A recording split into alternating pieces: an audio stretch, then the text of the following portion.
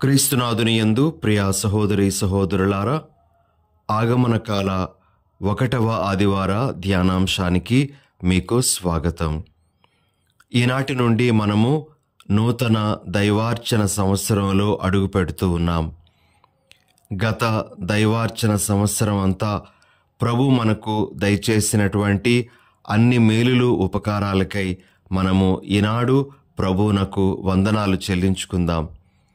గత దైవార్చన సంవత్సరంలో మనం పాల్గొనిన దివ్య బలిపూజల ద్వారా, మనము కొనియాడిన సంస్కారాల ద్వారా, మనము పాల్గొనిన ప్రార్థనా సమావేశాల ద్వారా ప్రభు మనకు ఎన్నెన్నో దీవెనలు అనుగ్రహించి ఉన్నారు. మరి వాటన్నింటికీ దేవునకు వందనాలు తెలియజేసుకుంటూ, ఈ నూతన దైవార్చన సంవత్సరంలో కూడా ఆ దేవుని యొక్క దీవెనలు హేరాళంగా మనందరము పొందే భాగ్యాన్ని మనకు ప్రసాదించమని ఈరోజు మనము ప్రార్థన చేసుకుందాం. ప్రియ సహోదరి సహోదరులారా, ఆగమన కాలంలో మనము యేసు ప్రభు యొక్క 2వ రాకడ గురించి మాత్రమే కాకుండా 2000 సంవత్సరాల క్రితం ఈ లోకంలో అవతరించినటువంటి ఆ యేసు ప్రభు యొక్క మొదటి రాకడ గురించి కూడా మనము ధ్యానిస్తాం. కాబట్టి యేసు ప్రభు యొక్క మొదటి రాకడ, 2వ రాకడ అనేటువంటివి 2 ప్రధానమైనటువంటి ఇతివృత్తాలుగా మనము ఈ ఆగమన కాలంలో ధ్యానించబోతూ ఉన్నాం. అయితే ఈనాడు మనము ఆలకించేటువంటి పఠనాలు, ముఖ్యంగా మొదటి పఠనము, 2వ పఠనము. మొదటి పఠనము యెషయా గ్రంథము 63వ అధ్యాయము 16-17 వచనాలు, 64వ అధ్యాయము 1వ వచనము మరియు 3 నుండి 8 వరకు ఉన్నటువంటి వచనాలు. అదేవిధంగా 2వ పఠనము పౌలు గారు కొరింథీయులకు వ్రాసినటువంటి మొదటి లేఖ 1వ అధ్యాయము 3వ వచనం నుండి 9వ వచనం వరకు ఉన్నటువంటి ఆ పఠనంలో దేవునికి ఇవ్వబడినటువంటి 4 నామాలను గురించి మనము ఆలకిస్తాం. దేవునికి పలు పేర్లు ఈ 2 పఠనాలలో ఇవ్వడం అనేటువంటిది మనము గమనించేటువంటి ఒక విషయం. ఆ పేర్లు ఏమిటి అంటే తండ్రి, కుమ్మరి, విమోచకుడు, విశ్వసనీయుడు. ఈరోజు మనము ఈ 4 నామముల గురించి కొంతసేపు ధ్యానించటానికి ప్రయత్నం చేద్దాం. మొదటి నామము దేవునికి ఇవ్వబడినటువంటిది తండ్రి. తండ్రి అనేటువంటి ఆ భావాన్ని ఈరోజు మనం ఆలకించినటువంటి మొదటి పఠనంలో మనము ఈ విధంగా ఆలకిస్తాం. కానీ ప్రభు, నీవు మాకు తండ్రివి అని. అదేవిధంగా మనం ఆలకించేటువంటి 2వ పఠనంలో కూడా మన తండ్రి దేవుని నుండియు అనేటువంటి ఆ మాట కూడా మనము ఆలకిస్తాం. అంతేకాకుండా ప్రియ సహోదరి సహోదరులారా, ఇర్మియా గ్రంథము 31వ అధ్యాయము 9వ వచనంలో ఈ విధంగా మనము చదువుకుంటాం. నేను వారిని నడిపించుకొని రాగా వారు ఏడ్పులతో ప్రార్థనలతో తిరిగి వత్తురు. నేను ఆ ప్రజలను తిన్నని మార్గమున నడిపింతును. వారు కాలు జారి పడిపోరు. వారిని జల ప్రవాహముల వద్దకు కొనివత్తును. నేను ఇజ్రాయేలుకు తండ్రిని అగుదును. ఎఫ్రాయిము నాకు తొలిచూలు బిడ్డడగును. అదేవిధంగా ఇర్మియా గ్రంథము 3వ అధ్యాయము 19వ వచనంలో కూడా మనము ఈ విధంగా చదువుకుంటాం. ప్రభువు ఇట్లనుచున్నాడు, నేను మిమ్ము నా తనయులుగా చేసుకోవలనని ఎంచితిని. ప్రపంచములోని దేశములన్నిటిలో సుందరమైనది, ఆహ్లాదకరమైనది యగు దేశమును మీ కొసగవలనని కోరుకుంటుని. మీరు నన్ను తండ్రి అని పిలుచుచు నిరతము నా వెంట రావలనని అభిలషించితిని. ఈ విధంగా దేవుడు తనను తాను తండ్రి అని ఇజ్రాయేలు ప్రజలకు ఎరుకుపరుస్తున్నట్లుగా కూడా మనము ఈ వాక్యంలో ఆలకించగలం. ఇక మలాకీ గ్రంథము 1వ అధ్యాయము 6వ వచనంలో మనము ఈ విధంగా చదువుతాం. సర్వశక్తిమంతుడైన ప్రభువు యాజకులతో ఇట్లనుచున్నాడు, కుమారుడు తండ్రిని గౌరవించును, సేవకుడు యజమానుని గౌరవించును. కానీ నేను మీకు తండ్రిని, మీరు నన్నేల గౌరవింపరు అని. ఈ విధంగా పలు చోట్ల దేవుని తండ్రి అని పిలిచేటువంటి వాక్యాలు మనకు కనబడతాయి. ప్రియ సహోదరి సహోదరులారా, పాత నిబంధనలో కనబడడం అనేటువంటిది అరుదుగా మనకు ఉండొచ్చేమో కానీ నూతన నిబంధనలో ఇంకా తరచుగా తండ్రి అని దేవుని సంబోధించడం అనేటువంటిది మనకు కనబడుతుంది. ముఖ్యంగా యేసు ప్రభు యొక్క ప్రార్థనల్లోనూ బోధనల్లోనూ దేవుని తండ్రి అని సంబోధించడం అనేటువంటిది మనకు కనబడుతుంది. ఒక ఉదాహరణ మనం తీసుకున్నట్లయితే మత్తయి సువార్త 6వ అధ్యాయము 32వ వచనంలో మనం ఈ విధంగా యేసు ప్రభు మాటలను ఆలకిస్తాం. వీటినన్నింటినీ అన్యులు కాంక్షింతురు, ఎలయనా పరలోకమందలి మీ తండ్రి ఈ మీ అవసరములెల్లా గుర్తించును అని. ఈ విధంగా దేవుని తండ్రి అని పిలిచేటువంటి ఆ విషయం మనకు నూతన నిబంధనలో ఇంకా ఎక్కువగా కనబడుతూ ఉంది అని మనం గ్రహించగలం.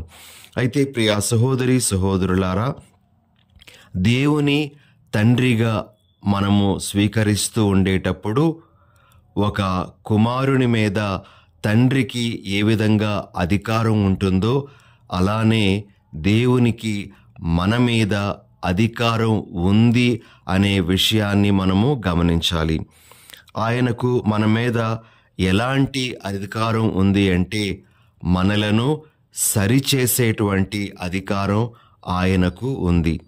అదేవిధంగా మనలను శిక్షించేటువంటి అధికారం ఆయనకు ఉంది. ఇంకొక అధికారం ఏమిటి అంటే మనము ఆయన యొక్క బిడ్డలుగా ఎల్లప్పుడూ మనలను నిలుపుకునేటువంటి అధికారం కూడా ఆయనకు ఉంది. మరి ఈనాడు తండ్రిగా దేవుని మనం స్వీకరిస్తూ ఆయనకు ఇష్టమైనటువంటి బిడ్డలుగా జీవిస్తున్నామా లేదా అనే విషయాన్ని మనము పరిశీలించుకోవాలి. ఆగమన కాలంలో అడుగు పెడుతున్నటువంటి మనము దేవుని తండ్రిగా స్వీకరిస్తూ దేవుని ఎడల మనకుండేటువంటి ఆ అనుబంధాన్ని ఇంకా దృఢతరం చేసుకోవడానికి ఆయనకు ఇష్టమైనటువంటి బిడ్డగా మనం జీవించటానికి ప్రయత్నం చేయాలి. ఇక దేవునికి ఈనాటి పట్టణాలలో ఇవ్వబడినటువంటి రెండవ పేరు ఏమిటి అంటే కుమ్మరి. యెషయా గ్రంథము 64వ అధ్యాయము 8వ వచనంలో ప్రవక్త దేవుని నీవు కుమ్మరివి అని చెప్పడం మనం ఆలకిస్తాం. అదేవిధంగా ప్రియమైన సహోదరి సహోదరులారా, ఇర్మియా గ్రంథము 18వ అధ్యాయము 6వ వచనంలో మనము దేవుని కుమ్మరిగా ప్రవక్త పిలవడం ఆలకిస్తాం. ఇజ్రాయేలీయులారా, ఈ కుమ్మరి మట్టిని ఎట్లు మలచెనో నేను మిమ్ము అట్లు మలవకూడదా? కుమ్మరి చేతిలో మట్టి వలె మీరు నా చేతిలో ఇమిడిపోయెదరు అని ప్రవక్త ద్వారా దేవుడు తనను తాను కుమ్మరి అని పిలుచుకోవడం అక్కడ మనం చూస్తాము. ప్రియ సహోదరి సహోదరులారా, మరి దేవుడు మన కుమ్మరి అని మనము భావిస్తే మరి ఆ కుమ్మరి మన ఎడల చేసేటువంటి కొన్ని కార్యాలను కూడా ఈ సందర్భంలో మనము జ్ఞాపకం చేసుకుందాం. ప్రియ సహోదరి సహోదరులారా, మొదటిగా కుమ్మరి తన చేతిలో ఉండేటువంటి ఆ మట్టితో ఏ రూపమైనా సరే అతడు చేయడానికి అతనికి హక్కు ఉంది. ఆ మట్టితో అతడు చిన్న చిన్న ప్రమిదలను చేయవచ్చు, లేదా పెద్ద పెద్ద బాణలను అతడు చేయవచ్చు. కాబట్టి తన చేతిలో ఉన్నటువంటి మట్టితో ఏ రూపమైనా ఆయన చేయవచ్చు, ఏ ఆకారమైనా ఆయన రూపొందించవచ్చు అనే విషయాన్ని మనం గుర్తించాలి. మరి ఆ కుమ్మరి చేతిలో మనము మట్టి ముద్ద అయినట్లయితే ప్రభువు తన చిత్తానుసారంగా మనలను మలుస్తూ ఉంటాడు అని మనము ఆయన చేతిలో ఒదిగిపోయేటువంటి మట్టిలా ఎల్లప్పుడూ ఉండాలి అని మనం కోరుకోవాలి. ఇక రెండో విషయం, ప్రియ సహోదరి సహోదరులారా, కుమ్మరి కుండలను చేసేటువంటి క్రమంలో మట్టిలో అతడు నీటిని కలపడం అనేటువంటిది చేస్తూ ఉంటాడు. నీటిని మట్టిలో కలపడం ద్వారా ఆ మట్టిని ఒక రూపంలోనికి మార్చడానికి కానీ లేదా ఆ రూపంలోనికి తీసుకొచ్చే క్రమంలో దానిని గట్టిపరచడానికి కానీ అతడికి అవకాశం ఉంటుంది. కాబట్టి కుమ్మరి కుండలు చేసే ప్రక్రియలో తప్పనిసరిగా నీటిని ఉపయోగిస్తాడు. మరి ఇక్కడ మనము గమనించాల్సినటువంటి విషయం ఏమిటి అంటే, దేవుడు మనలను రూపొందించే క్రమములో ఆయన నీటిని అనగా పవిత్రాత్మను మనకు అనుగ్రహిస్తాడు. ఆ పవిత్రాత్మ ద్వారానే మనము నిజంగా ఒక ముఖ్యమైనటువంటి అంతస్తులోనికి అడుగు పెట్టగలుగుతాము అనే విషయాన్ని మనము గమనించాలి. మరి నీటిని పవిత్రాత్మతో పోల్చడం అనేటువంటిది మనకి యోహాను సువార్త 7వ అధ్యాయము 38వ వచనంలోను 39వ వచనంలోను మనకు కనబడుతుంది. యేసు ప్రభు ఈ విధంగా అంటారు, నన్ను విశ్వసించువాని అంతరంగము నుండి జీవజల నదులు ప్రవహించును. ఆయన తన్ను విశ్వసించువారు పొందు ఆత్మను గురించి ఇట్లు పలికెను అని మనం అక్కడ చదువుతాం. కాబట్టి కుమ్మరి తన చేతిలో ఉండేటువంటి మట్టిలోనికి నీటిని అతడు పంపించినట్లుగా ఆ నీటి ద్వారా ఆ మట్టిని తనకిష్టమైనటువంటి రూపంలోనికి మార్చినట్లుగా ప్రభువు మనకు తన ఆత్మను, ఆత్మశక్తిని, పవిత్రాత్మను అనుగ్రహిస్తారు. కాబట్టి ఆ పవిత్రాత్మను స్వీకరించేటువంటి మనస్సు, హృదయం మనకు ఉండాలి అని ఈరోజు మనమందరము నేర్చుకోవాలి, ప్రియ సహోదరి సహోదరులారా.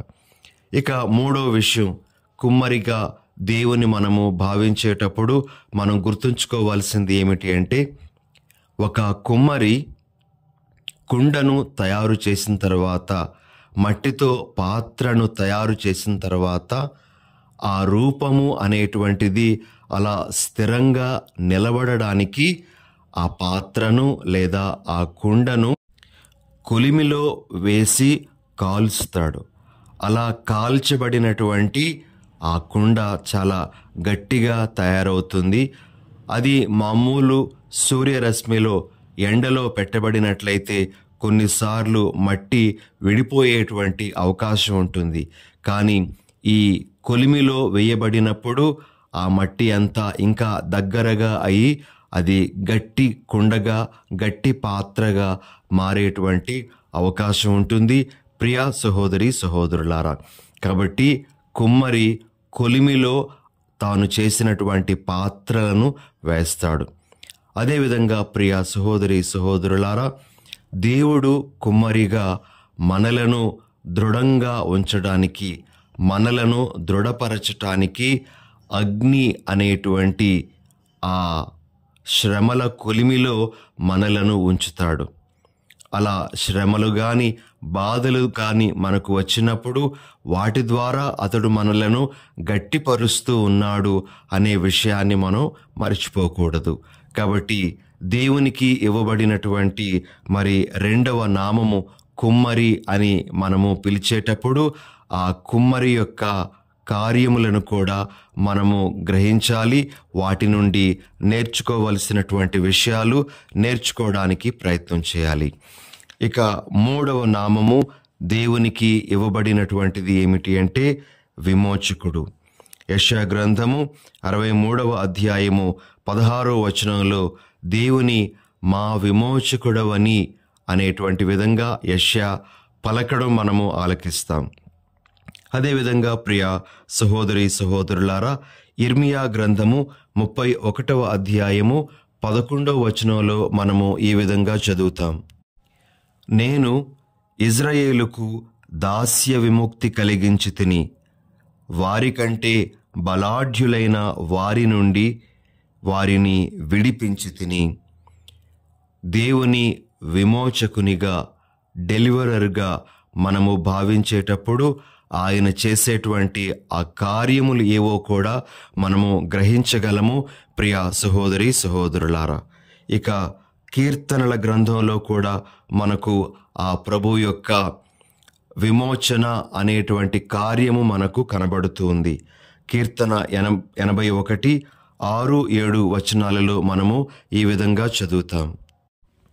మీ భుజముల మీది నుండి బరువును దింపినది నేనే, మీ చేతులలో నుండి గంపలను తొలగించినది నేనే. మీరు ఆపదలో నుండి నాకు మొరపెట్టగా నేను మిమ్ము ఆదుకొంటిని. తుఫానులో దాగుకొనియుండి మీకు జవాబు ఇచ్చి తిని, మెరీబా జలముల వద్ద మిమ్ము పరీక్షించి తిని. ఈ విధంగా ప్రభు ఇచ్చేటువంటి విమోచన గురించి మనము ఈ వాక్యంలో కూడా చూడగలము. ప్రియ సహోదరి సహోదరులారా, మరి రోమీలకు పౌలుగా రాసినటువంటి లేఖ 11వ అధ్యాయము 26వ వచనంలో పరిశుద్ధ గ్రంథంలోని ఒక వాక్యాన్ని ఆయన అక్కడ ఉటంకించడం మనం ఆలకిస్తాం. అక్కడ ఈ విధంగా వ్రాయబడింది, సియోను నుండి ఒక విమోచకుడు వచ్చును, యాకోబు దుష్టత్వమంతయును అతడు తొలగించును అని. ఈ విధంగా ప్రియ సహోదరి సహోదరులారా, దేవునికి విమోచకుడు అనేటువంటి పేరు ఇవ్వబడడం అనేటువంటిది మనము పరిశుద్ధ గ్రంథంలో గమనిస్తాం.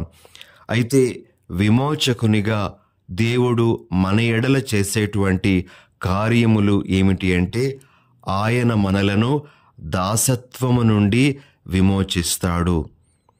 పాపము అనేటువంటి దాసత్వము నుండి, వ్యసనము అనేటువంటి దాసత్వము నుండి, సైతాను దాసత్వము నుండి ఆయన మనలను విమోచించడం అనేటువంటిది జరుగుతుంది. అందుకే ఆయన మన విమోచకుడు. అంతేకాకుండా ఆయన మన ఈ భౌతిక జీవితంలో వచ్చే కీడుల నుండి మనలను విమోచిస్తాడు.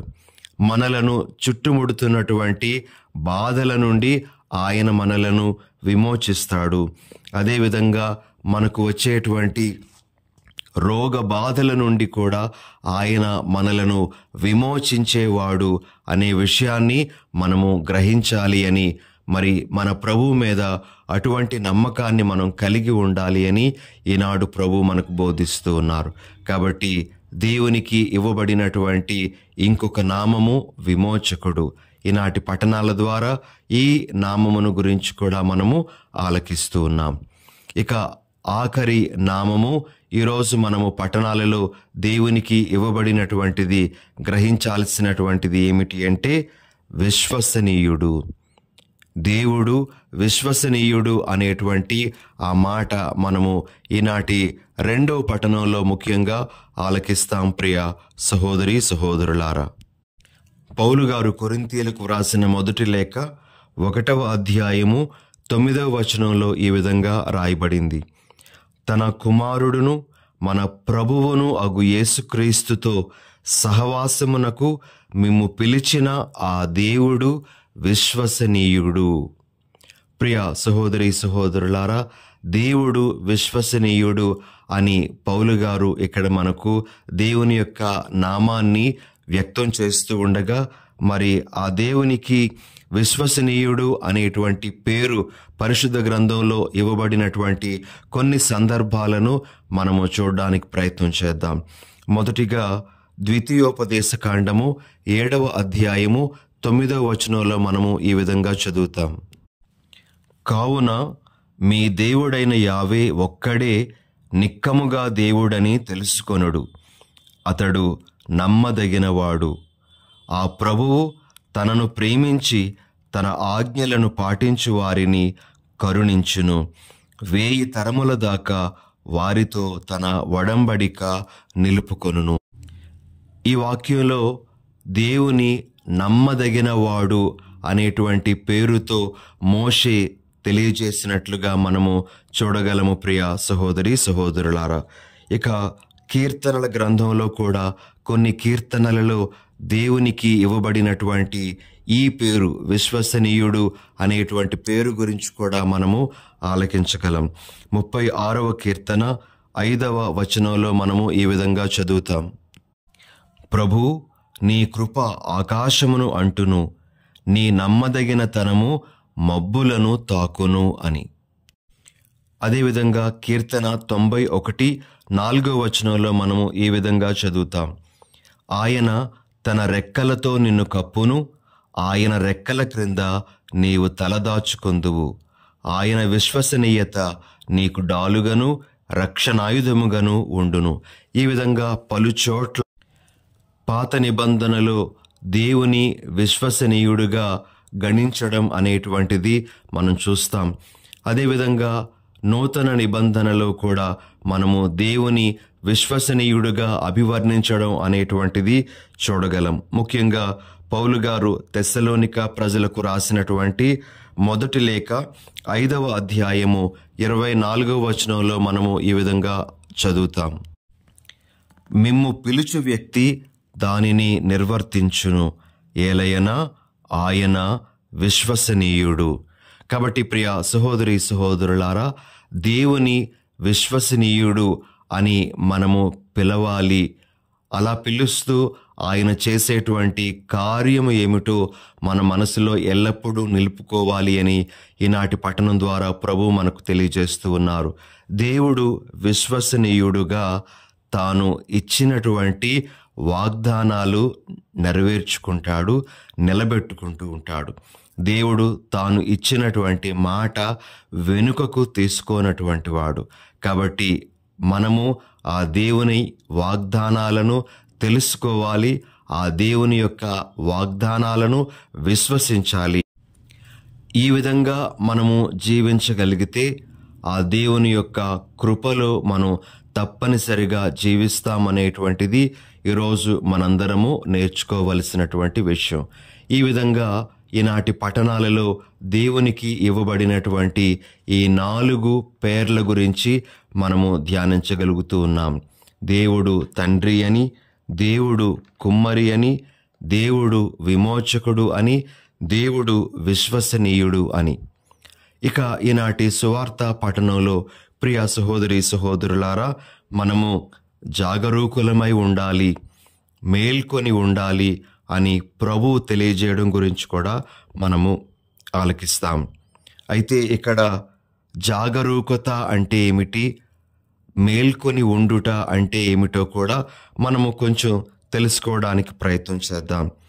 మరి జాగరూకత లేదా అప్రమత్తంగా ఉండుట అనేటువంటి దానిని మనం ఎలా పోల్చవచ్చు అంటే, సైనికులు దేశ భద్రత నిమిత్తము కాపలా కాస్తూ ఉండేటప్పుడు వారు చాలా అప్రమత్తంగా ఉండాలి. ఏ సమయంలోనైనా శత్రు సైనికులు దాడి చేసే అవకాశాలు ఉంటాయి. కాబట్టి వారు ఎప్పుడూ కూడా అప్రమత్తంగా ఉండాలి. ఇది ఒక ఉదాహరణగా మనం తీసుకోవచ్చు. అదేవిధంగా వాతావరణ హెచ్చరిక కేంద్రంలో పనిచేసేటువంటి వారు తమకు వచ్చేటువంటి సమాచారాన్ని వెంటనే విశ్లేషించి మరి ఆ సమాచారాన్ని ప్రజలకు వారు అందించినట్లయితే వారు ప్రజలను కాపాడినటువంటి వాళ్ళు అవుతారు. ఒక తుఫాను రాబోతూ ఉన్నా, ఇంకేదైనా సరే ప్రకృతి వైపరీత్యం సంభవింపనున్నా వారు వెంటనే అప్రమత్తులై ఇతరులకు సమాచారాన్ని అందిస్తారు. కాబట్టి అప్రమత్తత అంటే ఇలా ఉంటుంది. మరి మనము కూడా అప్రమత్తంగా ఉండాలి అని ప్రభు మనకు ఈనాటి సువార్త పఠనం ద్వారా తెలియజేస్తూ ఉన్నారు. ప్రియ సహోదరి సహోదరులారా, మరి ముఖ్యంగా 2వ రాకడకు సంబంధించి మనము జాగరూకులమై ఉండాలి, అప్రమత్తంగా ఉండాలి. అది ఏ సమయంలో సంభవిస్తుందో ఎవరికీ తెలియదు. కాబట్టి మనం చేయాల్సినటువంటి దానిని చేస్తూ అప్రమత్తంగా ఉండాలి అని ప్రభు మనకు బోధిస్తూ ఉన్నారు. ఇక 2వ విషయం, మనము మేల్కొని ఉండాలి, నిదురించరాదు అని ప్రభు మనకు తెలియజేయడం మనము అక్కడ చూస్తూ ఉన్నాం.